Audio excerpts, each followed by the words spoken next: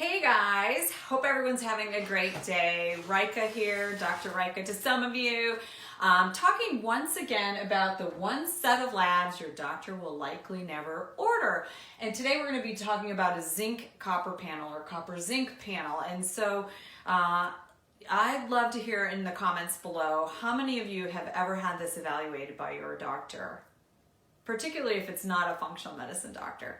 So what we look at is we measure zinc in the plasma or the serum, so that's basically blood work, and this patient had a value of 70, and an optimal value is 90, and I'll explain it further and why it's important.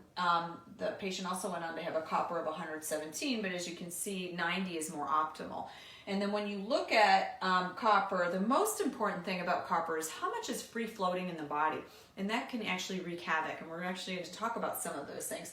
And so copper is actually bound to ceruloplasmin. So there's not an optimal number, but obviously the higher the number, the more that's bound and then the less that's being free floating around the body. So in this particular patient, the copper to zinc ratio is 117 to 70 or 1.7. And a more appropriate level is 0.8 to 1. So let's review the key features. People should have a level of zinc and copper in a ratio of almost 1 to 1, so equal to about 90 in both areas, and this person's way out of whack.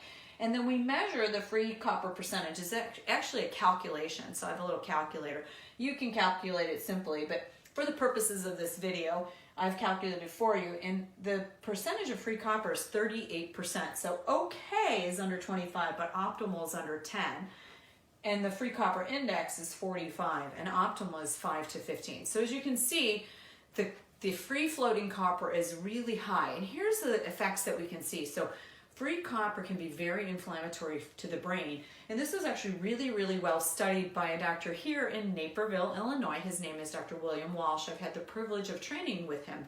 And he found that it correlated with mental health symptoms such as depression, anxiety, OCD, ADHD, and even Alzheimer's. So it's one of the labs that I'll measure in my patients that come in with memory loss. And in actuality, I actually do this panel on every single person that runs through my office to ensure that they don't have an imbalance because it's inflammatory. Remember, inflammation causes symptoms and disease, and we got to bring you back into balance. And I'll tell you, if this is the whole problem for a person, I have had people who have had profound anxiety and panic disorder turn around like that, 2 weeks or less, by simply remedying this. And we do use various minerals and nutrients to remedy this. So we give zinc to bring up the ratio, and then we utilize various antioxidants to lower the copper. And then you look for a source if there is one. So copper can be found in many homes that have copper water pipes.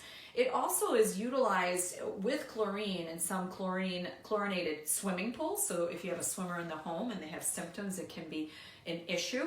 Those are the two predominant ones. You can have inborn errors of where you just can't hang on to zinc, and there is a disorder called pyroluria. That's a different test that's run, but you would essentially see this huge imbalance. But regardless of whether you have pyroluria or just high free-floating copper, when you restore balance, you usually restore and improve people's symptomatology. So again, so the importance of it is that it can lead to mental health symptoms.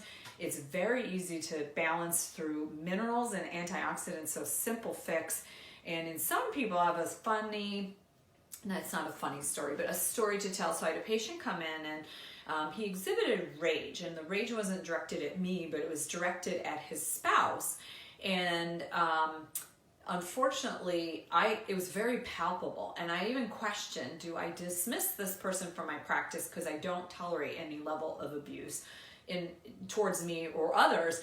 And I said, you know what, I'm just going to keep them on board because once I remedy this, all of that rage will go away. And sure enough, that's what happened. So I hope you've enjoyed this video talking about one set of labs your doctor will never likely order. Thanks for listening.